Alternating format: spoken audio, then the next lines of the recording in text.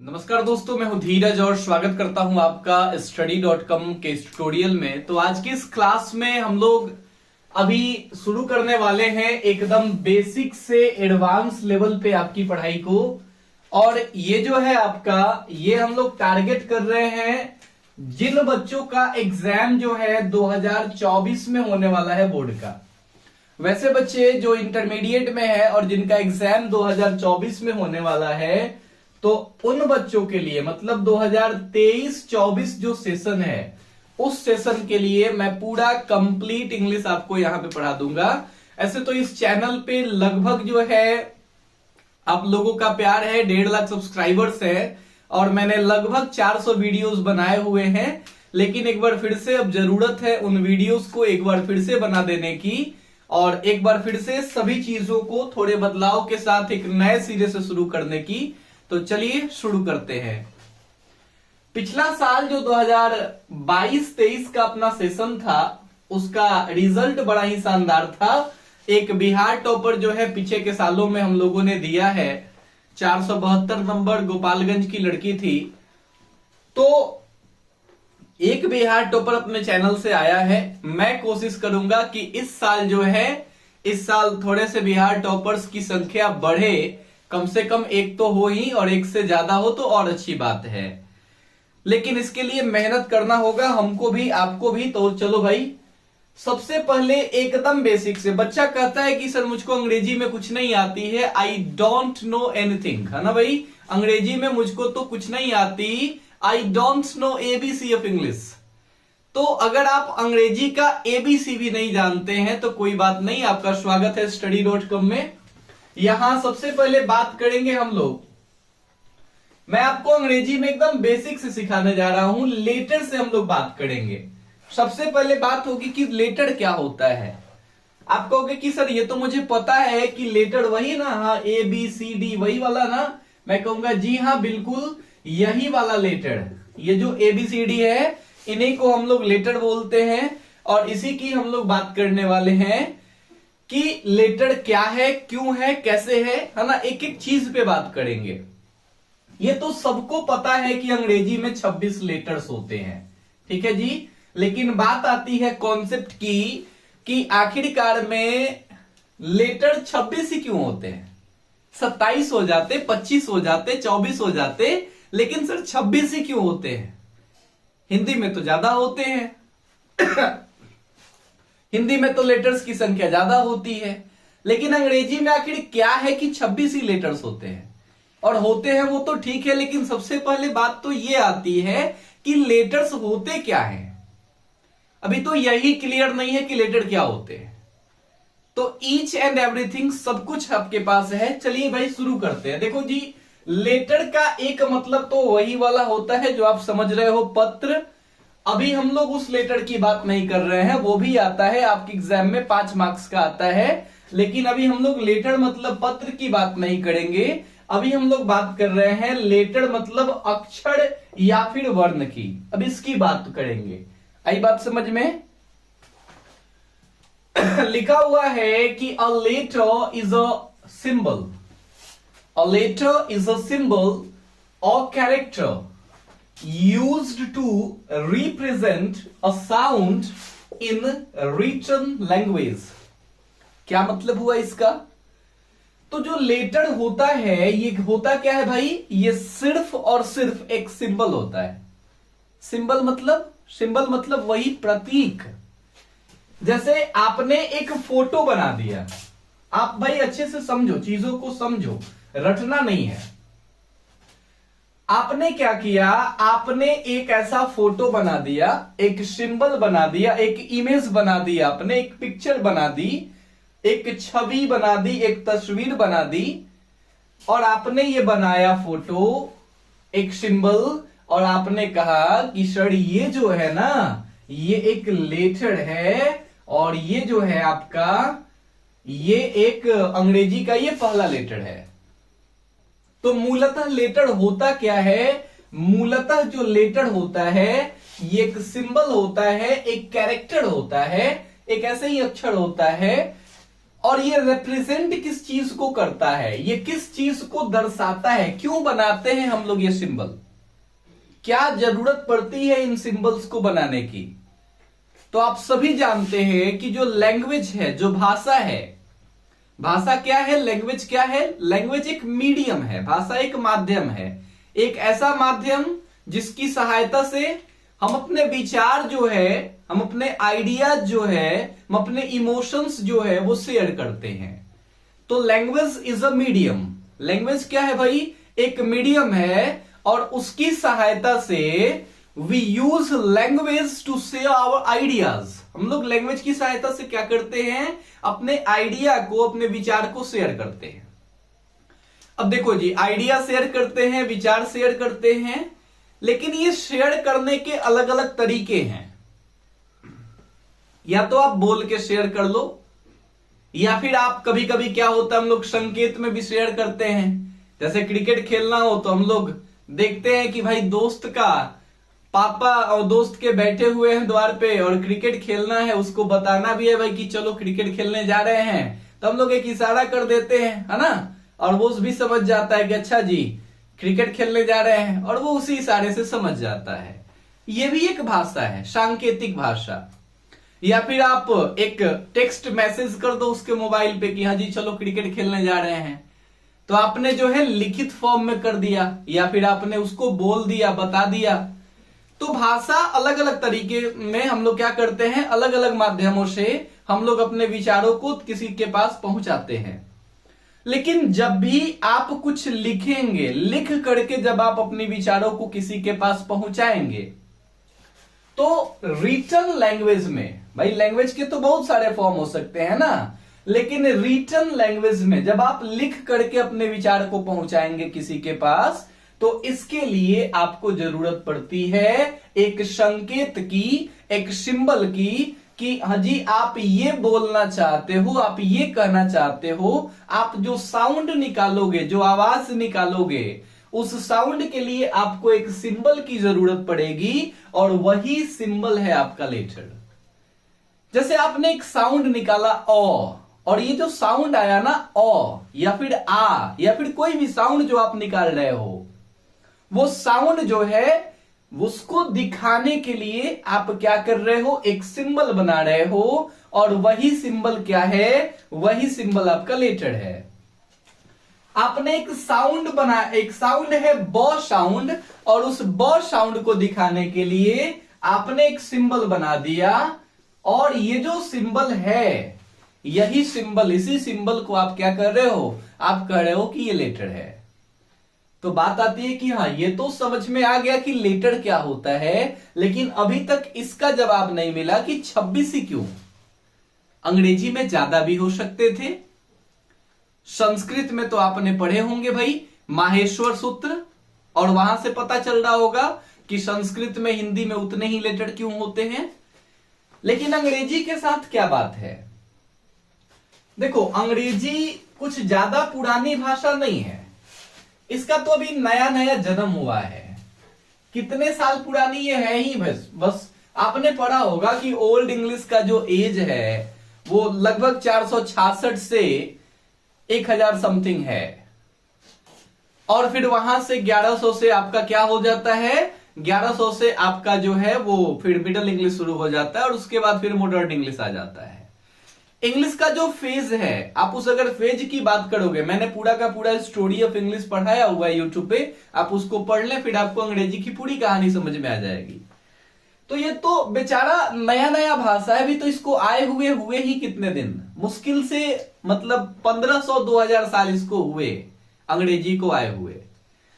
तो मात्र 1500-1600 साल पुरानी ये भाषा है, तो जाहिर सी बात है कि इसके पास जो कुछ भी होगा, इसका अपना तो होगा नहीं, इसने बहुत कुछ किसी ना किसी से लिया होगा। अब अंग्रेजी भाई किससे लेगा, तो अंग्रेजी जब आप पढ़ेंगे, आपने पढ़ा होगा स्टोरी ऑफ इंग्लिश का मेरा क्लास, अगर आपने देखा होगा इसी यूट्यूब चैनल पे है, तो इंग्लिश जो है ये जब अपने आप को डेवलप कर रहा था, अंग्रेजी ने जब अपने आप को डेवलप किया, तो इसने बहुत सारी चीजें लैटिन भाषा से ली।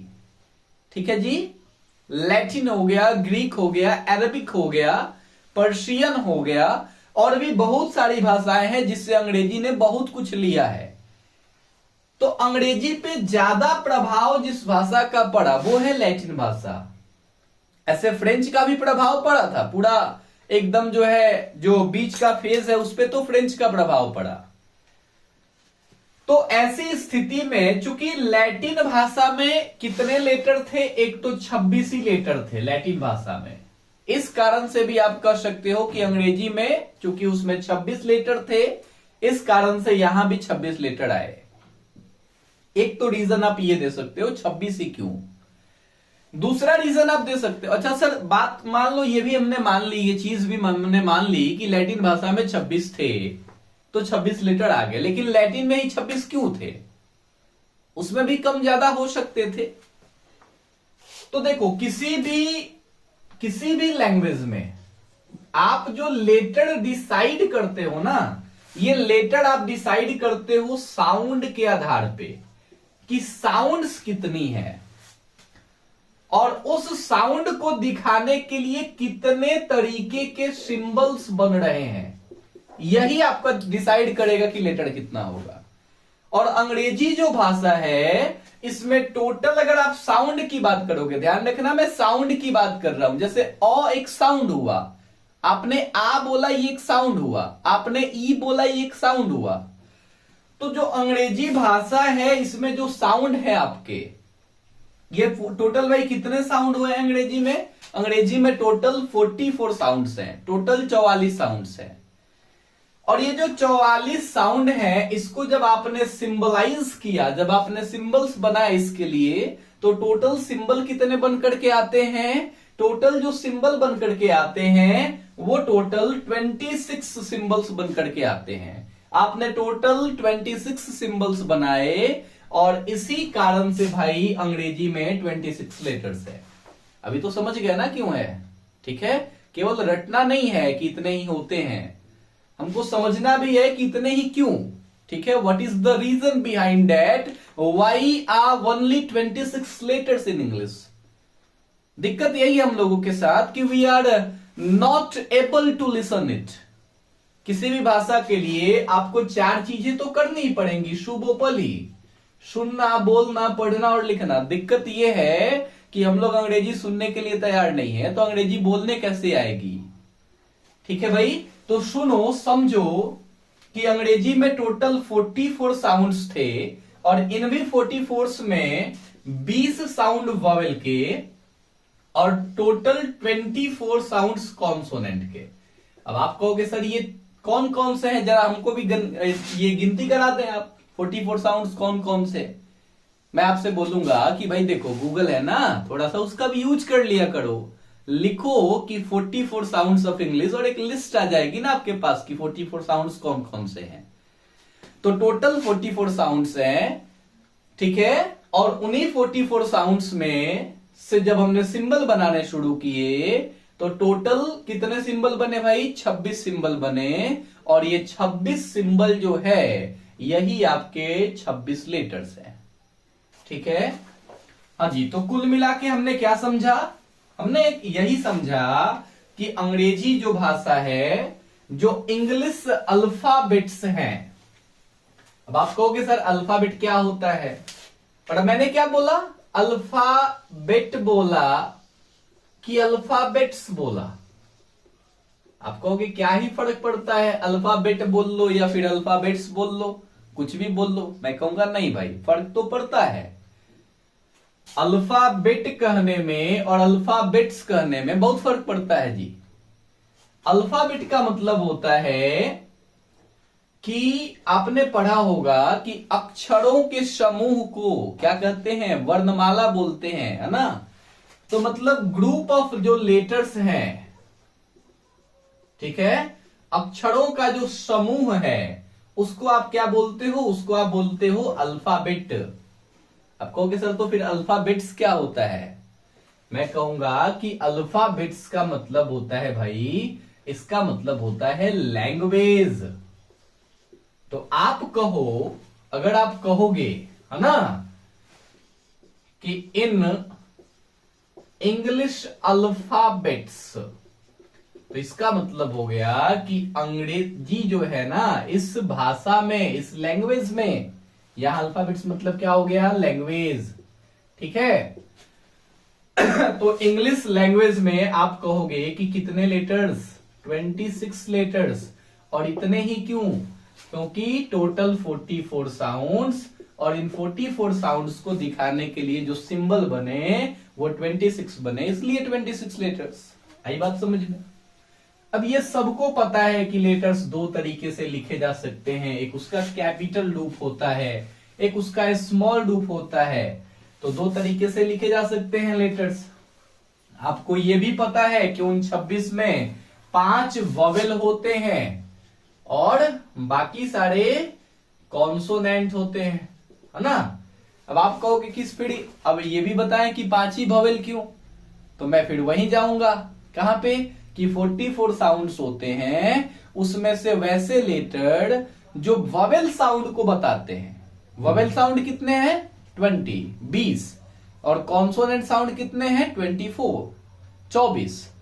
तो जो 20 वॉवेल साउंड है, उन वॉवेल साउंड को जो जो लेटर रिप्रेजेंट करेगा, जो भी उनको डिनोट करेगा, वो आपका वॉवेल होगा। और जो कॉन्सोनेंट साउंड को डिनोट करेगा वो कॉन्सोनेंट होगा। केवल ये मत रटो कि ए ई आई ओ यू को वॉवेल बोलते हैं, नहीं जी। आपको ये रटना होगा, ये पढ़ना होगा, ये समझना होगा कि vowel, A E I O U को वॉवेल, ये तो परिभाषा बच्चों वाली हो गई। आपको ये समझना होगा कि वॉवेल साउंड को जो रिप्रेजेंट करेगा वो आपका वॉवेल होगा, और कॉन्सोनेंट साउंड को जो रिप्रेजेंट करेगा, जैसे आप बोल रहे हो अ, ये क्या है, ये एक वॉवेल साउंड है। अरे स्वर व्यंजन आपने पढ़ा होगा ना। तो जो स्वर वाले साउंड हैं, जो ध्वनि है, जो आवाज है, उसको जो जो प्रदर्शित करेगा, रिप्रेजेंट करेगा, वो आपके स्वर वर्ण होंगे, वो वॉवेल होंगे। और जो आपको क्या करेगा, व्यंजन वाली आवाजों को प्रदर्शित करेगा, जैसे ब, ये क्या है, ये व्यंजन वाला साउंड है। ठीक है जी। आपने बोला श, तो ये श क्या है, ये व्यंजन वाला साउंड है। आपने बोला क, ये क क्या है, ये व्यंजन वाले साउंड है। और व्यंजन वाले साउंड को जो रिप्रेजेंट करेगा वो आपका कॉन्सोनेंट होगा, जाहिर सी बात है।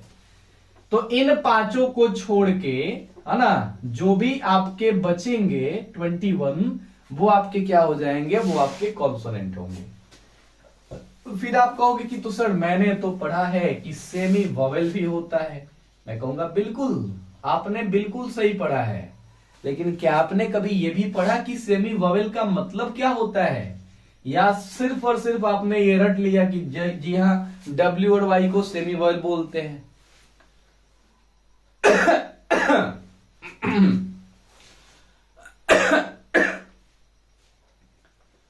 क्या आपने कभी यह भी पढ़ा कि सेमी वॉवेल होता क्या है, या फिर रट लिया ऐसे ही कि डब्ल्यू और वाई को सेमी वॉवेल बोलते हैं? जी नहीं, पढ़ो कि सेमी का मतलब ही होता है आधा, और वॉवेल का मतलब वॉवेल।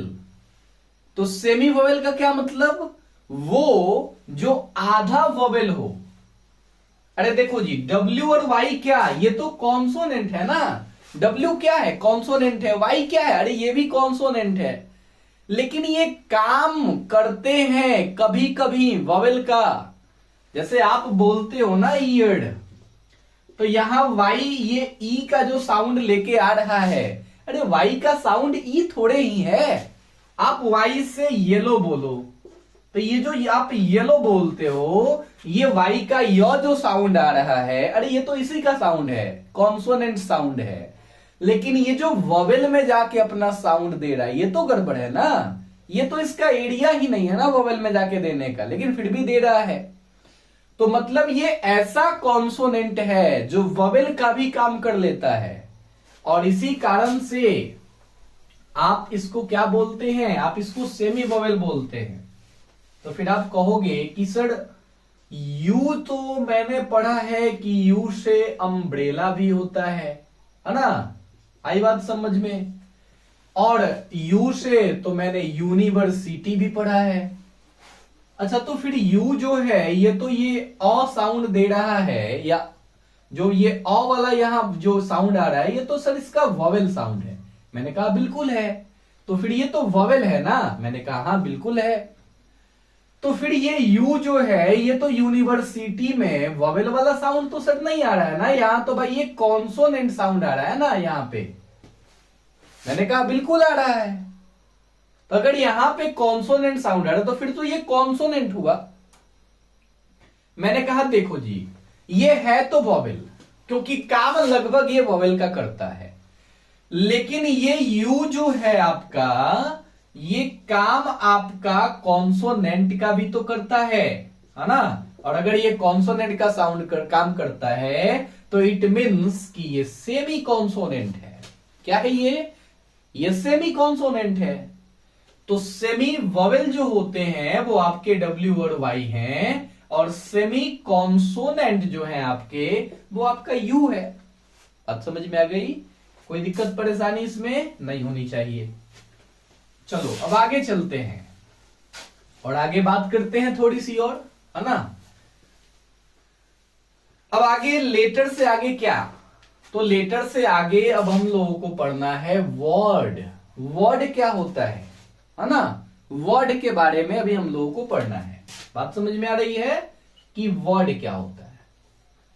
देखो जी, आपने बायो पढ़ा होगा कि जो सेल है, जो कोशिका है, जब आप इसको मिलाते हैं तो फिर क्या बनता है जी?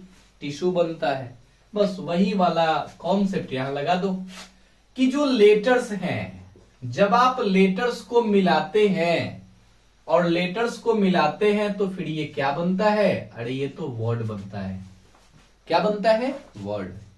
आपको अच्छा तो लीजिए भाई, मैंने एक लेटर मिला दिया सी, एक है ए, एक है टी, ये तीन लेटर्स हैं और मैंने इन तीनों को मिला दिया। क्या ये वर्ड है? मैंने बोला जी हां है।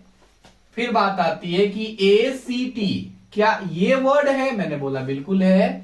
फिर किसी ने बोला टी ए सी, क्या ये वर्ड है? मैंने बोला नहीं है। फिर आप कहोगे कि तभी तो आपने बोला ना कि लेटर्स को मिलाने से वर्ड बनता है। मैंने कहा पूरी बात सुनो। क्या? पूरी बात सुनो पहले। क्या पूरी बात है भाई? कि लेटर्स को सिर्फ मिला देने से वर्ड नहीं बनता।